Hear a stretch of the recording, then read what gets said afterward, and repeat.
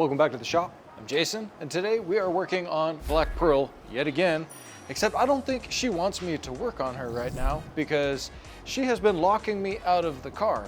You see, this is a common occurrence on these E39s, and that's because the lock actuator or the solenoid portion of it tends to fail over time. They can only take so many uses. And in this case, if they wind up failing in the fully locked position permanently, well, you're asking for a world of hurt to get the door open, because if it holds that actuator in the locked position, you can't open it with the key, you can't open it with the handle, and you're going to be cutting it open. Now, obviously, that is the worst case scenario.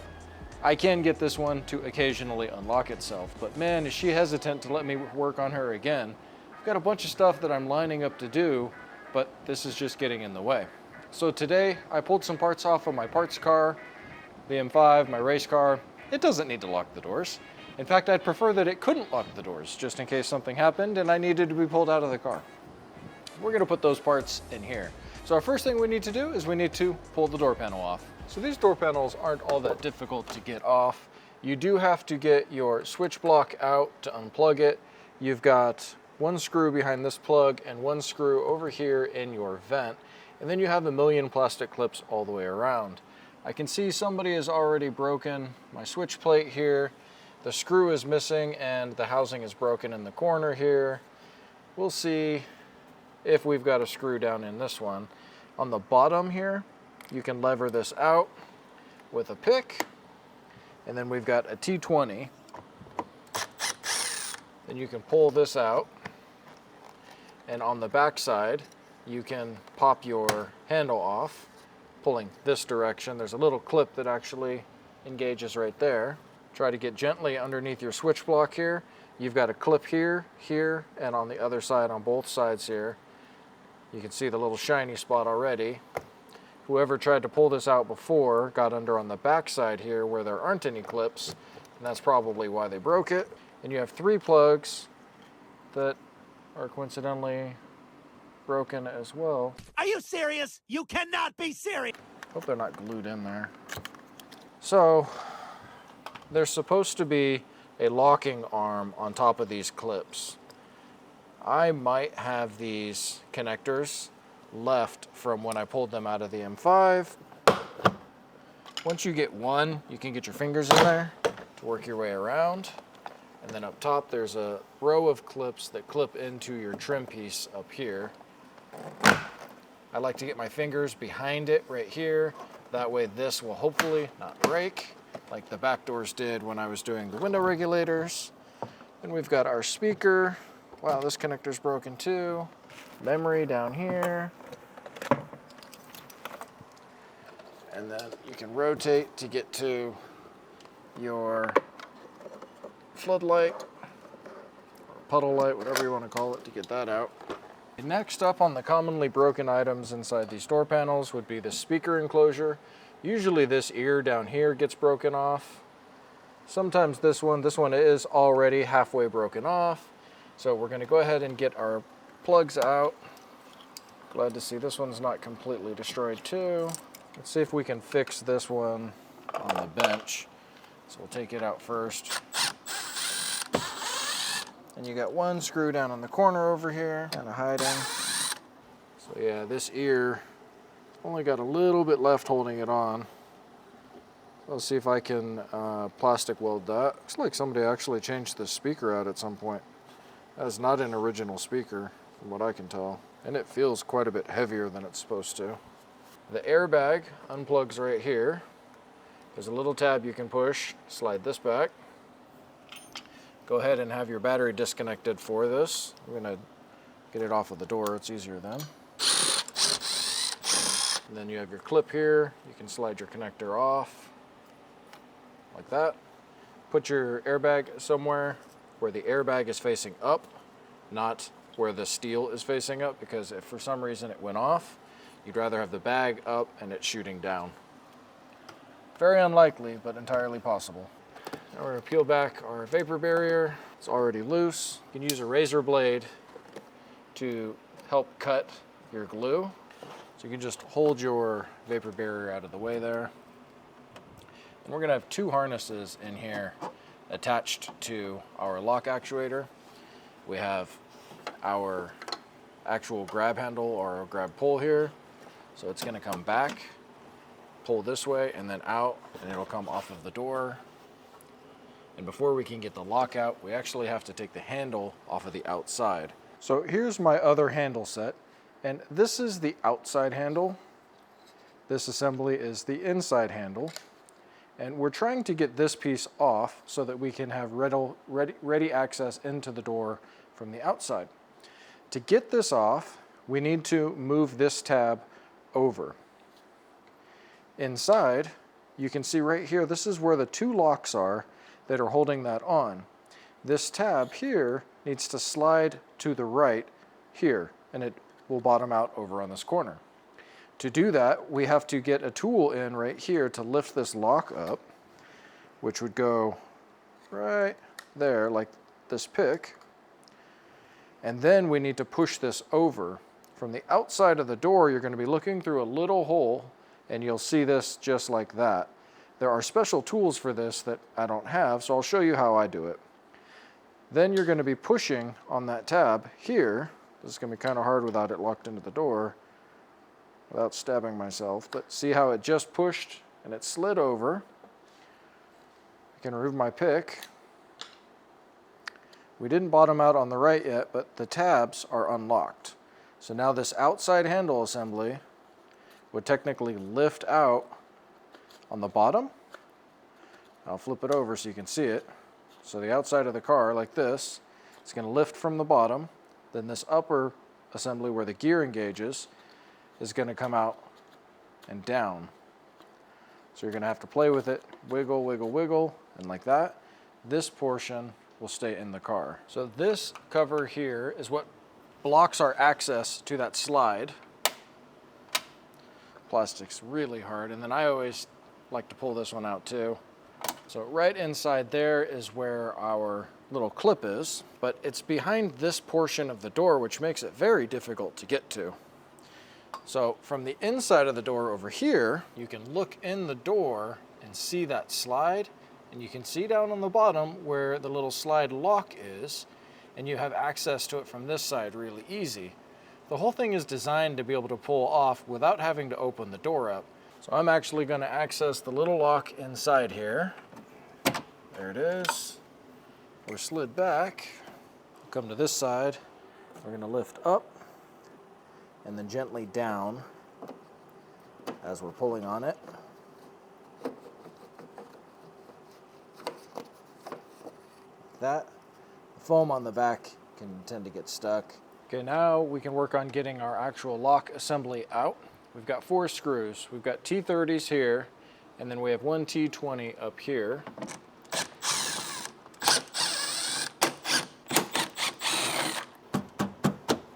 There's a little trap door here to get that connector open.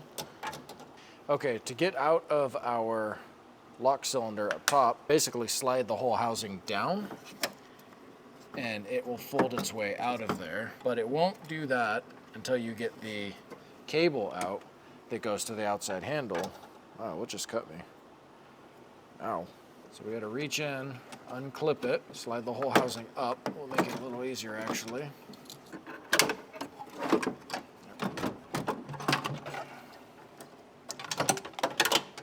Alrighty, there's our assembly.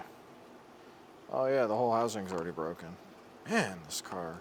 So here's a little closer look of the top solenoid connector area. And then down underneath, you have the bottom connector here. You can see it's completely loose, which is why I was having trouble getting it off. In order to take this off, you have to take this outside cover off with this T20 here. Same thing for your actual pull release. I'm going to go ahead and leave this all together because I took the whole assembly out of my M5 and it's all in good shape. Nothing's broken, though it does have a much older lock actuator in it than the one here, but 3 years ago when I converted this to a race car, it still worked. So we're going to plug it in outside of the door and we'll see if it works right now. A couple of things you need to know. In order for this to work, the car has to see a couple of signals. One, it has to see the latch here at the B pillar, and I'm using a ratchet to activate that latch. Two, the driver's door module or switch block over here needs to be plugged in because the power is routed through there in the harness to here.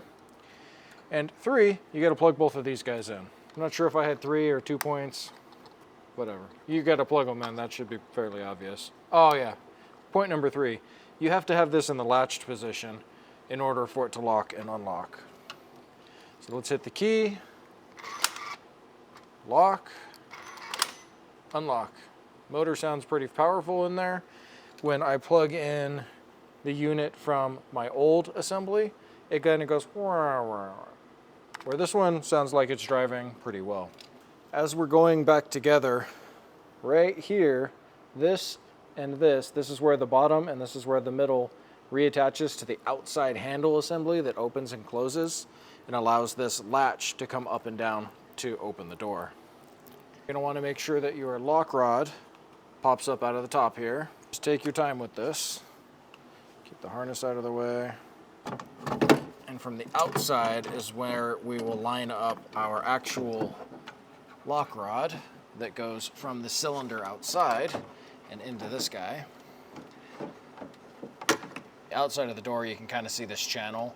This is where you're going to slide up to get your lock rod inside. Use all 3 hands for this. Pair of screws in so you don't drop it. And we'll go to the outside and we'll double check that we got lined up in all 4 of those little teeth there. All right, that looks good on this side. So here's how the cable is oriented in the car. You've got your handle on the outside, your latch here. What you're going to want to do is get the clip here in first. So slide that in and down. You're going to need 2 hands in the door, which is really tight, but it's doable. So get this as close to lined up as possible and get a set of pliers on this side and then push up from the bottom. Now I'm going to have to hold this so that it doesn't slide on the bench here. But as you're pushing up, you're going to rotate like that. And you only have to go a little ways and it'll drop in and lock into place. I also couldn't show how this lock pin here that goes to our cylinder falls in, but it basically, you have to have it like this, and you're gonna just slide, slide, slide, and then you're moving it with your fingers until it drops in just like that, and then that's how we're oriented on the outside. Now, as far as what I thought was silicone on my handle here, it looks like it's a factory seal of some sort. You can see here on my M5 handle, it's still intact, albeit a little bit weak. And I'm guessing that this is to help prevent water from dripping inside of the car. So I'm gonna see if I can get this one off right now as a temporary measure, and then later on I can try to get a new one. So I'm really glad to see that popped right off. So I added a little bit of lube on the corners, on the spring, and inside here so that as this is moving, that it will move a little bit easier. I'm going to put just a tiny little bit of grease there on that contact point. That's the actual gear that is contacting the cable assembly here and actuating our handle cable.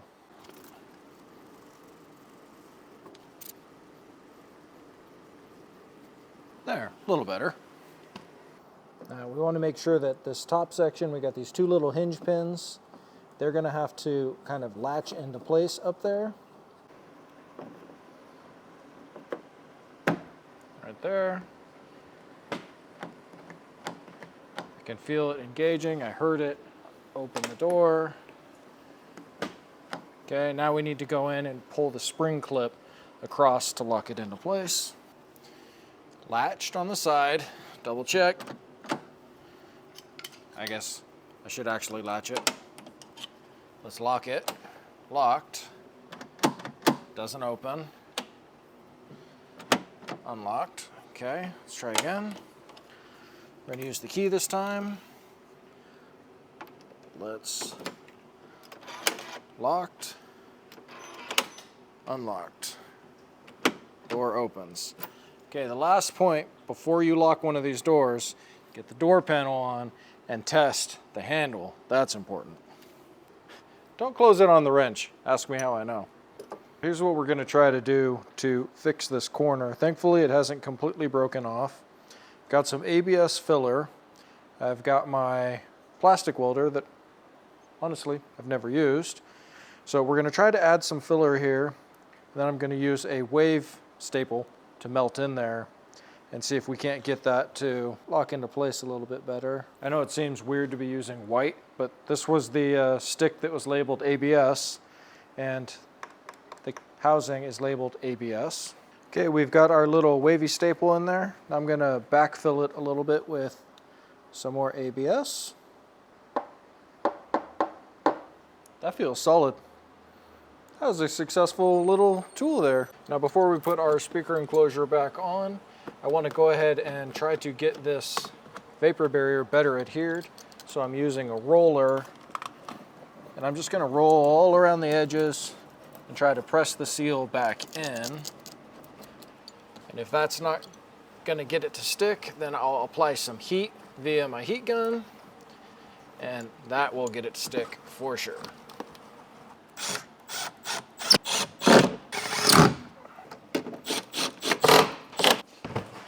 Alright, well, this little box of magic is hopefully how we're going to fix that harness. As you can see here, I have just a little bit of wiring out of the M5.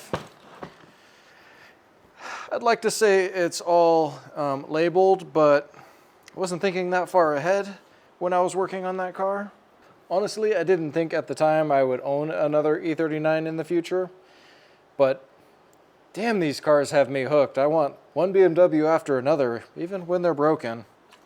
So what I'm going to look for is a connector like this. This is a door connector. This is where it goes into the body. And that one's labeled right rear door.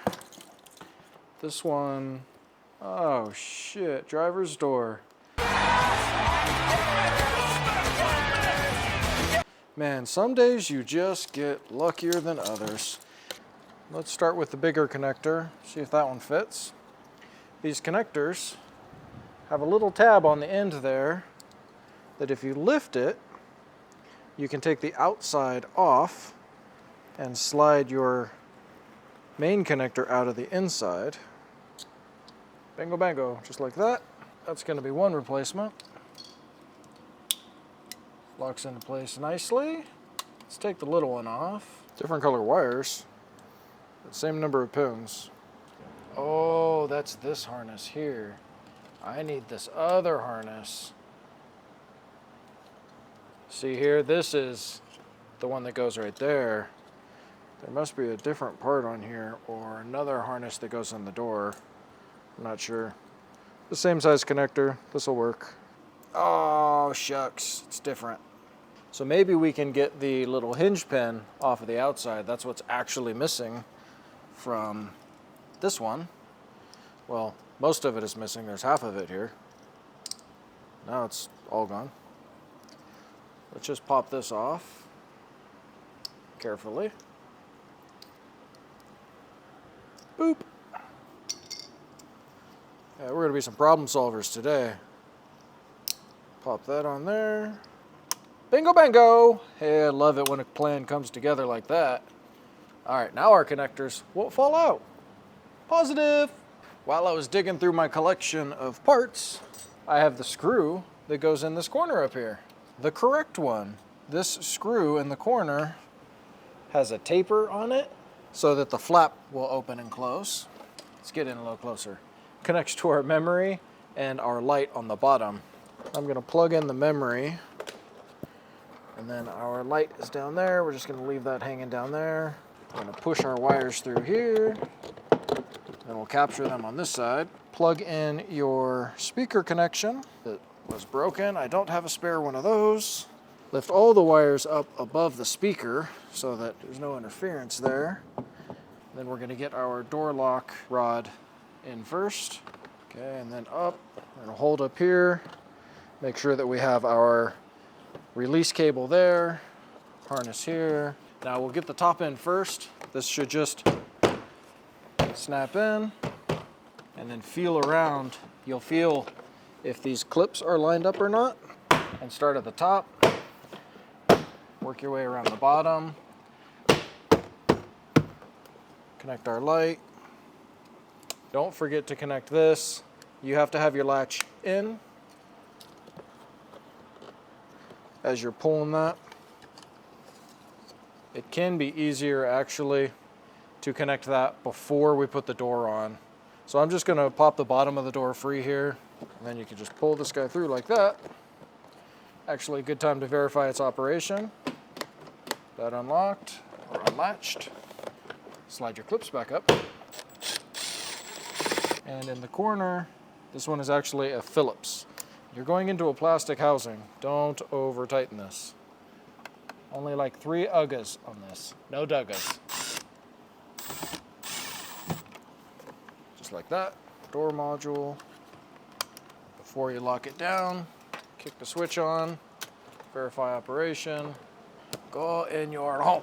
And to cap it off, our little cap here inside of the handle. And voila!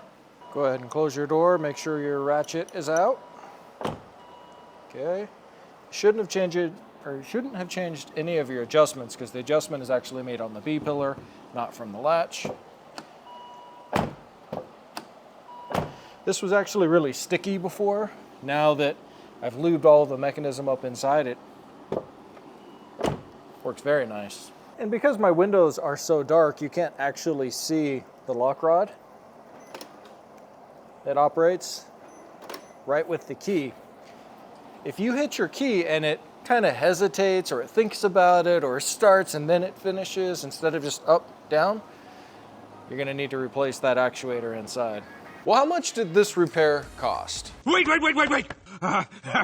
Perhaps we can make a deal of some sort. Other than my soul, obviously, for having destroyed a beautiful M5 as so many people think. But I tell you what, once you drive that car and you realize how violently fun and fast it is,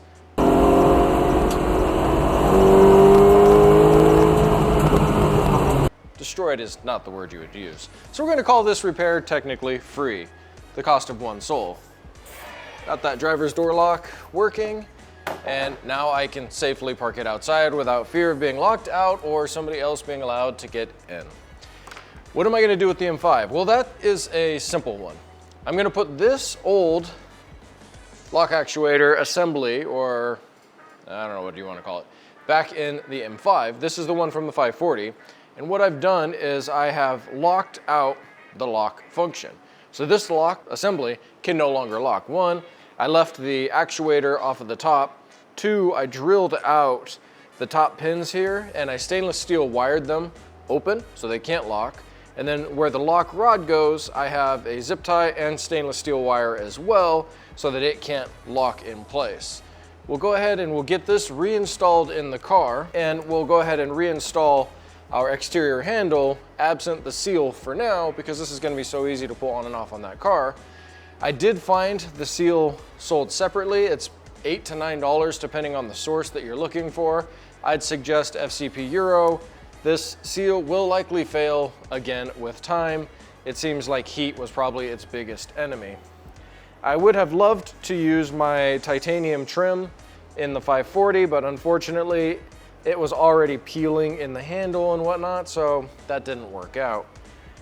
And then for the exterior lock on the M5, what I did was I pulled out the lock rod, or we'll call it a lock rod. This is what goes into the housing, and you twist this with the key.